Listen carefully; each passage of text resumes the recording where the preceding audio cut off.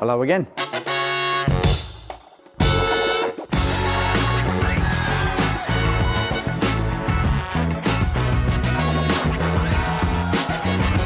As you would have seen at the end of the last episode, we got the suspension in. It looked pretty cool. So I tried driving it around like that a little bit, and there was a few shortcomings. The back end has about that much travel, as you would have seen. So it's smacking the chassis every now and again. The front end, the shocks, when they were built in the first place, these are a U-weld type coilover. So the original strut is cut off and a sleeve slid over the top and butt welded and plug welded as well. What they didn't do is cut the strut down far enough so to get it where I wanted to sit it, it was sitting basically about that far off the bump stops. So that, in combination with the steering column, which I'm going to show you in a minute, which I made up from the Australian steering column and the Japanese steering box.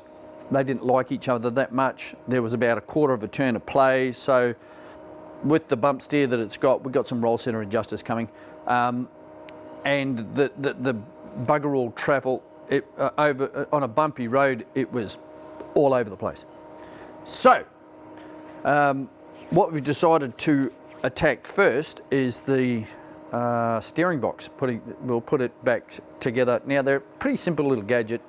The reason that I didn't use the Australian one altogether is I took the plug out of it and turned it over, and some sort of grey stuff came out that smelt like cat's piss. So I tried going with the Japanese one. That didn't work. So yeah, this is why the Sunny is up again, and there is no steering column in there. So it's back out. Yesterday I pulled it all apart and put it all back together again as it should be. They're a pretty simple little gadget, which I'll show you. Okay, so here's the Australian column, collapsible column and steering box all put back together. I'm going to give this a bit of a coat of paint in a minute just to beautify it, because I've done all that, so we might as well make it look all pretty. So, pretty simple gadget. How does it work? Okay. Steering column. Just get this gadget here. Now, all there seems to be is a bearing at the top and a bearing at the bottom, which sits down the bottom of there, which is why you've got to take them out to put them back together. Because that bearing, if it's not sitting right, nothing will work. Recirculating ball. So what this has got a set of ball bearings in it that will rotate through this whole assembly forever, because they loop back on themselves. So recirculating ball. So it goes out and goes back in and goes back in and goes back in. So that's easy enough. So what happens is, as you're turning the column, this screws up and down, which in turn, you'll note these teeth here connect with those teeth in there, and that adjusts the steering, which is basically just like go-kart steering in these things, and that moves the arms, which turns your front wheels. It's a pretty simple sort of an idea. Now, the only adjustment I can find in these things, when you pull them apart and put them back together again, is you need you've got to be fairly solidly put together on this. If your bearings are all right, you should be good to go. You put them back together. This is a shim, and this is the adjustment I would say is all the adjustment it has when they're being rebuilt. If they put new balls in them, they put new bearings in them, and then they adjust the shim size, the shim thickness. This is quite a bit thinner than the one that was in here. But that's the Australian one. That's all gone back together. That's perfect. So that's how you adjust your clamp between the bearings. And the other adjustment is here, which is the lash. That needs to be adjusted so that when you're in the straight ahead, so this is pointing straight out the bottom, there is no play. And that, quite simple, you just undo this and do that up until there's no play there. We've got nothing in and out on the column.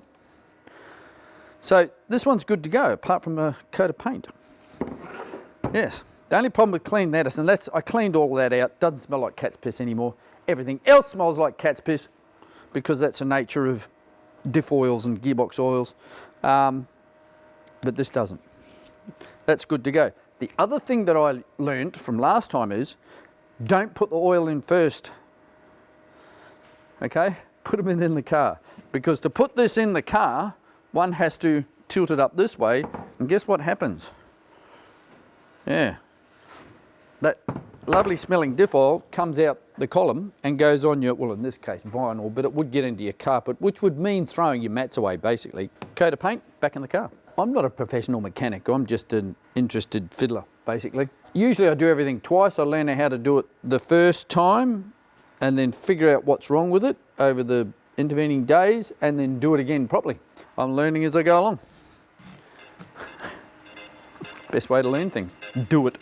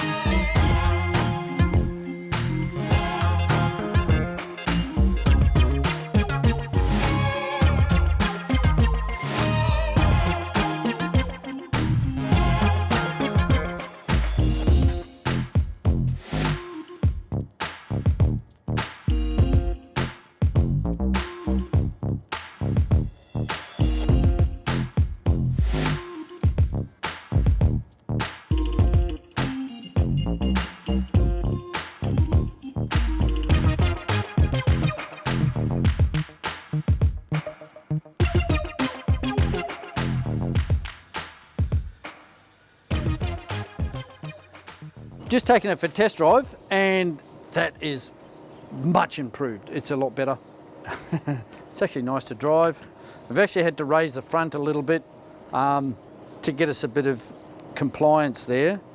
So the rear end's still crashing into the chassis, so we'll have to do something there. I mean, the temptation now is to rip the front end apart and fix those shocks up so we can get a bit of travel and have it sitting exactly where we want, but it's actually home time, so my wife wants me to go and pick up a couple of push bikes for her and her daughter so they can ride around the block near home. So yeah, I don't get to play on my car anymore today. Anyway, thanks for watching.